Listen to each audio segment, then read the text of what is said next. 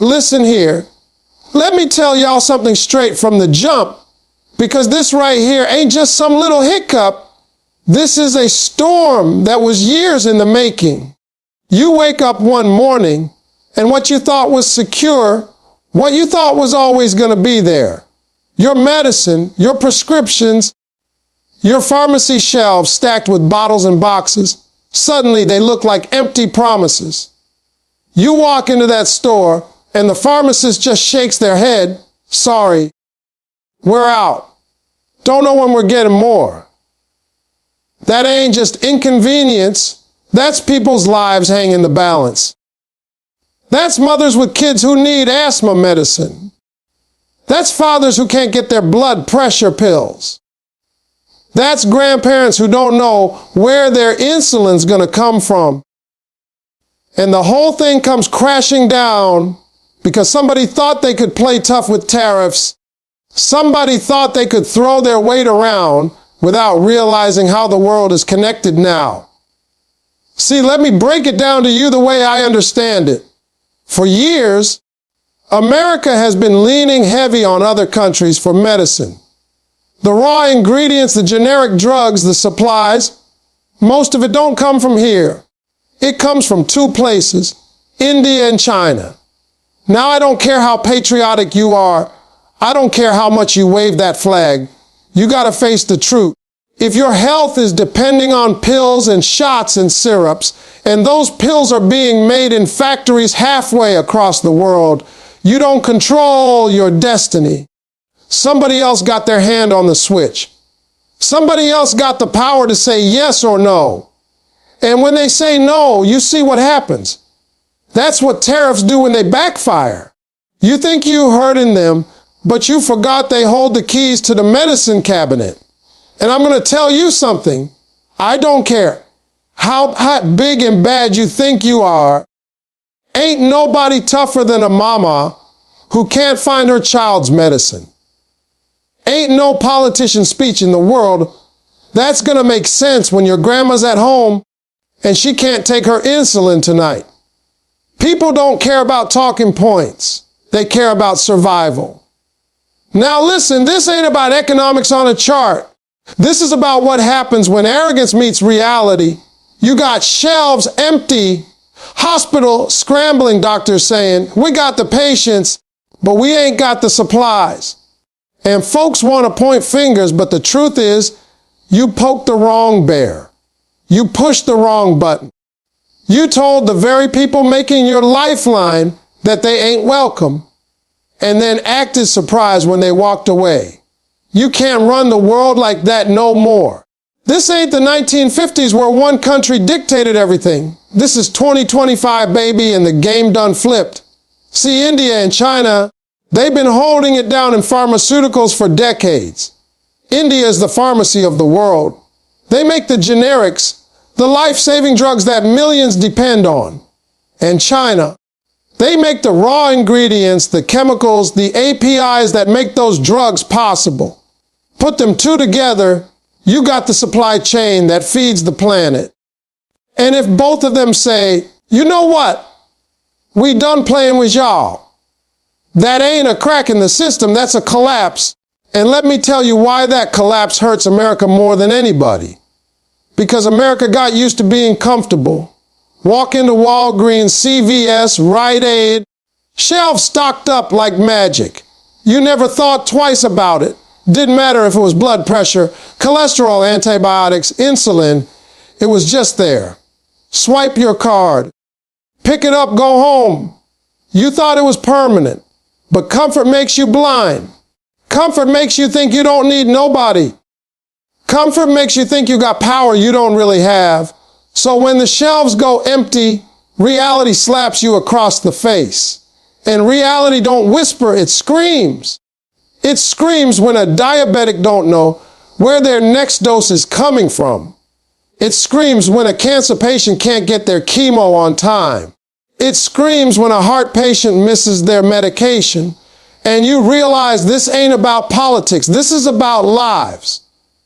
And let me talk about arrogance for a second, because that's what really got us here.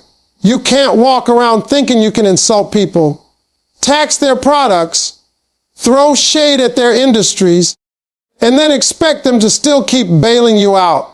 You can't play tough guy at the negotiation table, slam your fist, make demands, and then expect loyalty. That ain't how respect works.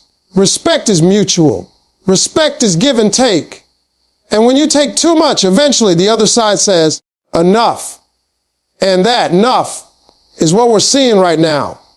You think tariffs are just numbers on paper. 20%, 50%, 80%. But those numbers ripple. Those numbers don't stay on a spreadsheet. They hit real people. They hit the factory worker who can't ship his goods. They hit the farmer whose crops rot because export markets close. And now they hit the patients, the most vulnerable. And once you push medicine into this fight, it stops being an economic battle. It becomes a humanitarian one. Because when pharmacies collapse, hospitals don't function. When hospitals don't function, society crumbles. Now let me tell you something about India. People have been underestimating India for a long time. They think of it as the back office of the world, call centers, IT services. But what they miss is that India has been building quiet power, pharmaceutical power, space power, tech power, diplomatic power, and India, don't forget, disrespect. India remembers every time somebody tried to belittle them, every time somebody underestimated their worth. And when the time comes, they remind the world, we ain't the underdog anymore. We the ones you depend on. And this medicine standoff proves it. And China been playing the long game. They don't rush. They don't scream. They don't tweet in the middle of the night. They just wait. They wait for you to overplay your hand. And when you do, they smile and pull the plug. That's strategy. That's patience. And right now, both India and China, who don't even see eye to eye on everything, are united on one thing. We ain't bowing down no more. And that's the part people can't wrap their head around. For so long, America thought it was the only voice that mattered. But now, it ain't like that. The world got options. The world got choices. And when the pharmacy of the world says no, you can't just strong arm them back in the line. You got to swallow your pride. You got to negotiate. You got to rebuild trust. But let me tell you, trust once broken, it don't come back easy. And here's the deeper truth. This collapse is a warning shot. It's a wake-up call. Because if you can't secure medicine, if the lifeblood of your healthcare system is in someone else's pocket, what else you vulnerable in? What happens when the chips ain't coming from Taiwan? What happens when the oil ain't flowing the same way? What happens when food supply chains get choked? You start realizing you ain't as invincible as you thought. But here's the part I really need you to hear. Every collapse is also a lesson. Every pain is also a teacher. You can't ignore this moment. You can't just patch it up with speeches and promises. You got to rebuild. You got to invest in yourself. You got to start making the things you depend on. You got to respect the hands that feed you instead of slapping them. Because if you don't, this ain't the last collapse. This is just the beginning.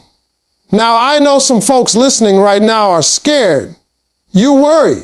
You think, man, if I can't get my medicine, what am I going to do? And I feel you. That fear is real. But I also believe in resilience. I believe in people rising when they hit rock bottom. Because sometimes it takes losing what you took for granted to make you stronger. Maybe this is the moment America finally realizes it can't bully the world. Maybe this is the moment leaders realize that humility is stronger than arrogance. Maybe this is the moment everyday people say, we need real solutions, not fake toughness. Because let me tell you something about toughness. It ain't about how loud you yell. It ain't about how many tariffs you slap. Toughness is making sure your people don't go to bed sick because the shelves are empty.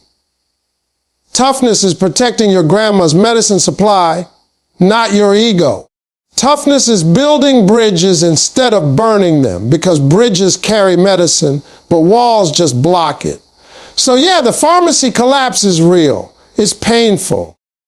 It's scary, but it's also a chance to wake up, a chance to learn, a chance to finally respect the balance of this new world. Because the days of one man calling the shots are over. Now it's about cooperation. It's about mutual respect. It's about realizing that no matter how powerful you think you are, you always need somebody else. And let me leave you with this thought.